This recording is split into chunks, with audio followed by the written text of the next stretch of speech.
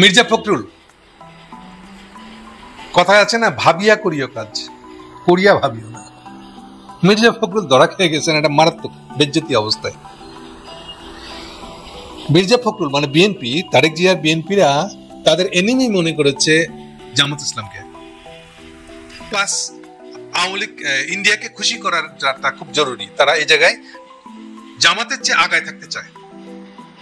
সেই জন্য ইন্ডিয়াকে খুশি করার জন্য হাসিনার যে বয়ান ছিল রাজাকার আর মুক্তিযোদ্ধা, ওই বয়ান ফেরত নিয়ে আসছে, দিয়া জামাত ইসলামকে রাজাকার রাজাকার রাজাকার বললা সে ভাবছে এটা ইন্ডিয়া খুশি হবে। প্লাস এই কথা বলে বাংলাদেশের ভিতরে যারা রাজাকার বললে তাহলে জামাতের নামে দোষ চাপবে, তাহলে মানুষ জামাতকে কম ভোট দিবে এবং তারা ভোট বেশি পাবে। এই হচ্ছে তাদের শর্টকাট রাজনীতি, ইন্ডিয়াকে তেল মারার রাজনীতি, ইন্ডিয়ান দালাল রাজনীতি, বলে যেতে পারে নয়া হাসিনা হওয়ার রাজনীতি। এইটি তারা করে আসছিল। প্লাস এখন অন্তত লাস্ট এক মাস ধরে এটা এত তুঙ্গে উঠছিল যে মির্জা ফখরুল এটা নিয়ে কথা বলা শুরু করে রীতিমতন, আবার সেই মৌলবাদী, আবার সেই ইসলামী রাজনীতির বিরুদ্ধে উদ্গার থেকে শুরু করে দাবি করে বসছে পর্যন্ত গতকালকে, গত পরশুদিন, বিএনপি নাকি অসাম্প্রদায়িক রাজনীতির দল। বুঝেন কত গেছে, মানে আওয়ামী লীগের রাজনীতিটা পুরাটাই নিজেদের রাজনীতি ফালাই দিয়ে দাবি করছে অসাম্প্রদায়িকতার রাজনীতি নাকি জিয়া রহমান করে গেছে। জিয়া রহমান যেখানে ওই যে 4টা যে দাবি ছিল তার মধ্যে একটা ছিল অসাম্প্রদায়িকতা, সেকুলারিজম, ওটা বাদ দিয়ে জিয়া রহমান বানাচ্ছিল আল্লাহর উপর অগাধ বিশ্বাস। এইগুলো জিয়া রহমানের আমলের 50 সংশোধনীর সংস্কার। আর জবরদস্তিতে এখন মির্জা ফখরুল দাবি করতেছে যে বিএনপি নাকি অসাম্প্রদায়িকতা রাজনীতি করে গেছে এবং এটা খালেদা জিয়া করেছে এবং তার ছেলে তারেকও এটা করবে, এই দাবি করে একদিন তারা বাজার দখল করে দিচ্ছেন। ইতিমধ্যে কি হয়েছে, পুরোনো দিনের পত্রিকা, বেশি পুরোনো না, আওয়ামী লীগের আমলে 16 সালে 22 সালে মির্জা ফখরুলের বাবা যে রাজাকার ছিল তা নিয়ে যেসব রিপোর্ট বেরিয়েছে সেগুলো সবাই উল্লেখ করে করে বলতেছে যে উনার বাবা তো রাজাকার ছিলেন, তাহলে উনি কাকে গালি দিতেছেন আসলে রাজাকার বলে? নিজের বাবাকে। এখন সমস্যা হয়ে দেখেছে তার দল পজিশন নিচ্ছে, রাজাকার গালি দিয়ে রাজনীতি করবে, ইন্ডিয়ান দালালি করবে। এখন খোদ রাজাকার তার বাবা। এই প্রবলেমটা শুধু মির্জা ফখরুলের না, এই প্রবলেমটা হলো যে সব যারা যারা মুসলিম লীগ ছিল তার বাবারা, বা নিজামে ইসলাম বলে আরেকটা পার্টি ছিল ওই সময়, এই পার্টির লোকেদের সন্তানেরা এই প্রবলেম ফেস করেছে। এই প্রবলেম ফেস করে তাদের একটা সহজ রাস্তা দেখা গেছে, টেন্ডেন্সিটা হলো এই যে তারা দ্রুত কনসার্টে জয়েন করে, এই নিজের গায়ের ময়লা, বাপের গায়ের ময়লাটা ধুয়ে ফেলার জন্য তাদের সোজা পথ হলো কনসার্টে। ঠিক যেরকম ভাবে একই কাজ করে আবার আরেক দলীয় কিছু কিছু কিছু কিছু ছাত্র, এরকম ধরেন যে আপনি কওমি পড়েছেন, কওমি মাদ্রাসায় পড়ানো, এখন আপনার খুব শখ হলো মেইন স্ট্রিমে আসা, আপনি কি করছেন শিশুবেলায় এসে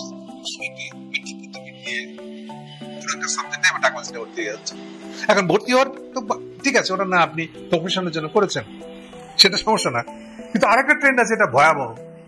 তারা এবার সরাসরি প্রগতিশীল হয়ে যাচ্ছে, পড়ছে কওমিতে, কিন্তু এখন তারা প্রগতিশীল রাজনীতির ঝান্ডা তুলে ধরছে।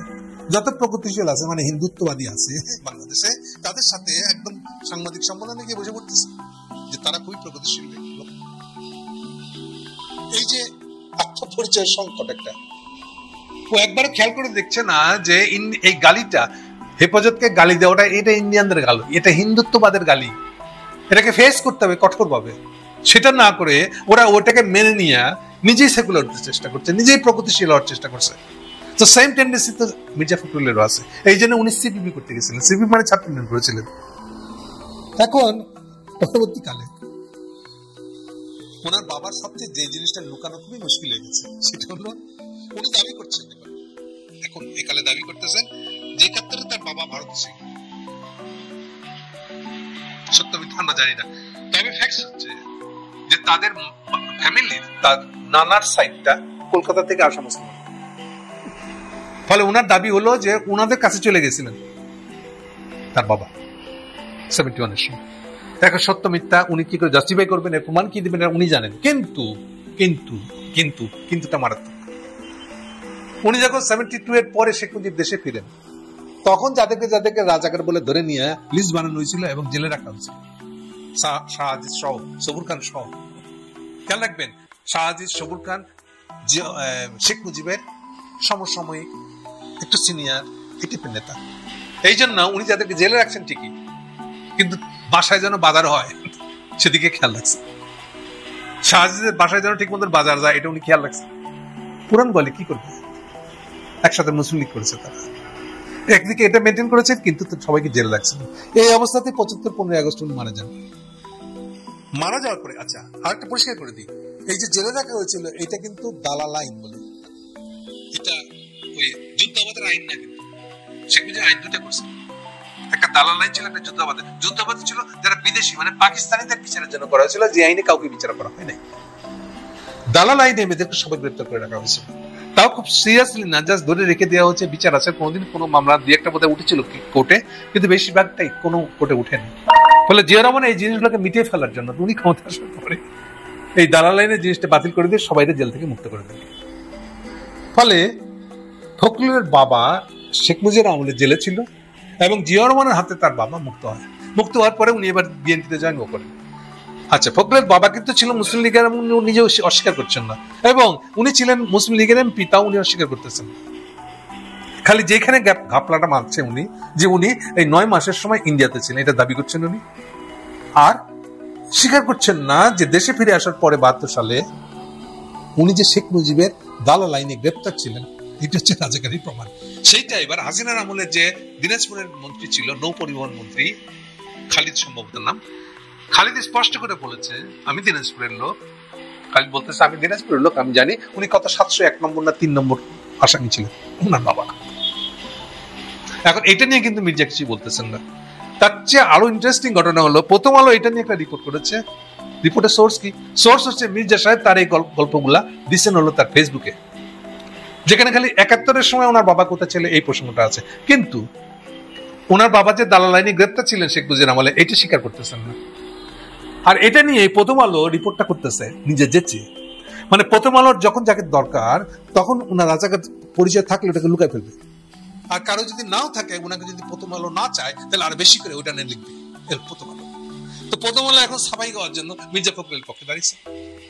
এইবার যখনই প্রশ্ন করতেছে ওই প্রমাণগুলো, 16 সালের পত্রিকা গুলো দেখেন, 22 সালের পত্রিকা গুলো দেখেন, ওখানে পরিষ্কার করে লেখা আছে যে তার বাবা শেখ মুজিবুর আমলে জেলখানে ছিল, এবং জিয়া রহমানকে তারা দায়ী করেছে যে কেন ওনাদেরকে শেখ মুজিব মরার পরে জিয়া রহমান ক্ষমতায় এসে ওদের সবাইকে কেন মুক্ত করে দিয়েছিল, এটার জন্য জিয়া রহমানকে অভিযুক্ত করতেছে তারা। এরকম রিপোর্ট আছে, 22 সালের রিপোর্ট আছে, 16 সালের রিপোর্ট আছে, পত্রিকা রিপোর্ট গুলোই আছে, এমনকি প্রথম আলোর একটা রিপোর্ট আছে। তাহলে সার কথা দাঁড়ালো হলো এই যে ফখরুলের বাবা মির্জা রুহুল একজন লিখছে, দেখেন, মুক্তিযোদ্ধা মন্ত্রী শেখ হাসিনার আমলে 2022 সালে সেপ্টেম্বরের 30 তারিখে লিখছেন, মির্জা রুহুল আমিন ফখরুলের বাবা, তিনি ছিলেন চিহ্নিত যুদ্ধ অপরাধী, দেশ স্বাধীন হওয়ার পরেও বঙ্গবন্ধুর সময় যুদ্ধাপরাধী হিসেবে কারাগারে বন্দী ছিলেন, তার বিচারও শুরু হয়েছিল, কিন্তু জিয়াউর রহমান সবগুলোকে মুক্ত করে দেন। এটা হচ্ছে মুক্তিযোদ্ধা মন্ত্রীর দাবি। এবার মির্জা ফখরুল নিজেও স্বীকার করছে তার বাবা মুসলিম লীগের নেতা ছিলেন, তিনি 71-এর শান্তি কমিটির মেম্বার ছিলেন। এইটা নিয়ে মির্জা সাহেব কিছু বলেন, মির্জা ফখরুল কিছু বলেন নাই। তো সার কথা হলো এইটা, এই যে এখন ফাঁদে পড়ছেন আপনি, উনি নিজেই এখন যে রাজাকারের ছেলে, এটা উনি লুকাবেন কেমনে? তাহলে সমানে যে মুখে ফেনা তুলতেছেন জামাতের বিরুদ্ধে রাজাকার রাজাকার বলে, এবার নিজের বিরুদ্ধে লাগছে না, নিজের অভিযোগ